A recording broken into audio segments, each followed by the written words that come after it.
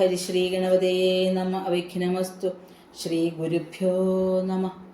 ഇന്നിവിടെ പറയുന്നത് ജ്വരനിദാനം എന്ന വിഭാഗത്തെയാണ്. ജ്വരത്തിൻ്റെ കാരണം എന്താണ് പറയുന്നത്. ദക്ഷയാഗ അവസരത്തിൽ തൻ്റെ ഭാര്യയായ ദാക്ഷാണിയെ ദക്ഷൻ അകാരണമായി അപമാനിച്ചു നിമിത്തം കോപിഷ്ഠനായ പരമശിവന്റെ ദീർഘശ്വാസത്തിൽ നിന്നുണ്ടായിട്ടുള്ളതാണ് ജ്വരം എന്നൊരു കഥയുണ്ട്. ഇനി ജ്വരത്തിൻ്റെ വിഭാഗങ്ങളെ പറയാം.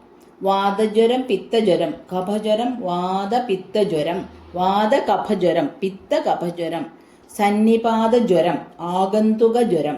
ഇങ്ങനെ ജ്വരം 8 വിധത്തിൽ പറയുന്നുണ്ട്. വാതാദികളായ ദോഷങ്ങൾ മിഥ്യാഹാര വിഹാരങ്ങൾ മൂലം, അതായത് തെറ്റായ ആഹാരം വിഹാരം മുതലായവ മൂലം കോപിച്ച് ആമാശയത്തിൽ പ്രവേശിച്ചിട്ട് ജഠരാഗ്നിയെ ബഹിഷ്കരിച്ചിട്ട് രസധാതുവിനോട് ചേർന്ന് ജ്വരത്തെ ഉണ്ടാക്കുന്നു. അടുത്തത് ജ്വരസാമാന്യ ലക്ഷണം നോക്കാം. വിയർപ്പില്ലായ്മ, സർവാംഗ സന്താപം, ശരീരാവയവങ്ങൾക്കുള്ള പിടുത്തം, വേദന. ഈ ലക്ഷണങ്ങൾ എപ്പോൾ ഒന്നിച്ചു ചേർന്ന് ഏതു രോഗത്തിനു കാണുന്നുവോ അത് ജ്വരം എന്ന് പറയപ്പെടുന്നു. അടുത്തതായിട്ട് ജ്വരത്തിൻ്റെ പൂർവ്വരൂപങ്ങൾ, ജ്വരം വരുന്നതിന് മുമ്പുള്ള ലക്ഷണങ്ങളെ നോക്കാം.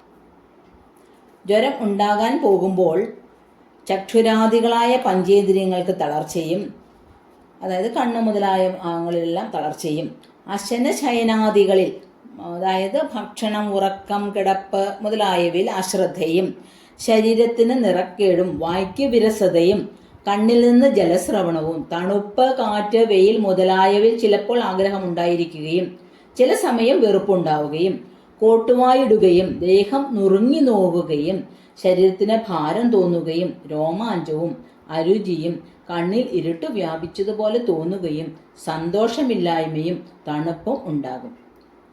അടുത്തതായിട്ട് വാതജ്വര ലക്ഷണം, അതായത് ജ്വരത്തിൻ്റെ വിഭാഗങ്ങളെ പറഞ്ഞതിൽ ഓരോന്നിൻ്റെ ലക്ഷണങ്ങളെയാണ് പറയുന്നത്. ആദ്യം പറയുന്നത് വാതജ്വര ലക്ഷണം. ശരീരത്തിന് വിറയൽ, വേഗവൈഷമ്യം, കണ്ഠം, ചുണ്ട്, മുഖം ഇതുകൾക്ക് വരൾച്ച, ഉറക്കമില്ലായ്മ, തുമ്മൽ, ജാഡ്യം. ജാഡ്യം എന്ന് പറഞ്ഞാൽ മന്ദത, ഉന്മേഷക്കുറവ്, ശൈത്യം, ഇതൊക്കെയാണ് ജാഡ്യത്തിന് പറയുന്നത്. ശരീരത്തിന് രൂക്ഷത, ശിരസിലും ഹൃദയത്തിലും ശരീരത്തിലും വേദന, വായ്ക്ക് രുചിക്കുറവ്, മലബന്ധം, വയറുവേദന, വയറുവീർപ്പ്, കോട്ടുവായ ഇതുകൾ വാതജ്വര ലക്ഷണങ്ങളാകുന്നു. അടുത്തതായിട്ട് പിത്തജ്വര ലക്ഷണം.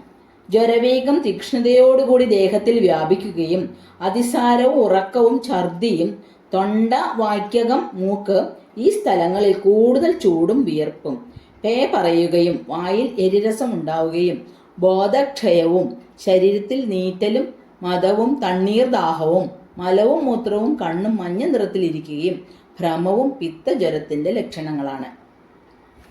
ഇനി അടുത്തത് കഫജ്വര ലക്ഷണം.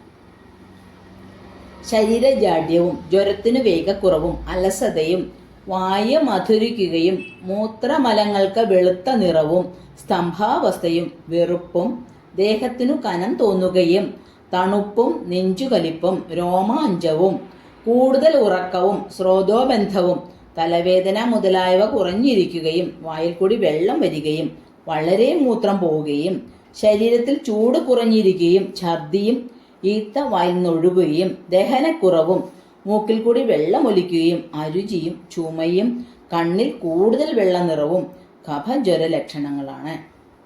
ഇനി വാതപിത്ത ജ്വര ലക്ഷണം നോക്കാം.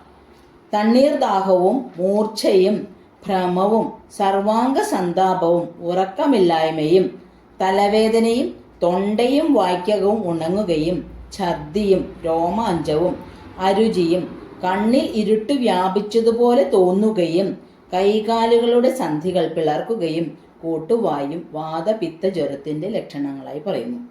അടുത്തത് വാതകഫജ്വര ലക്ഷണം.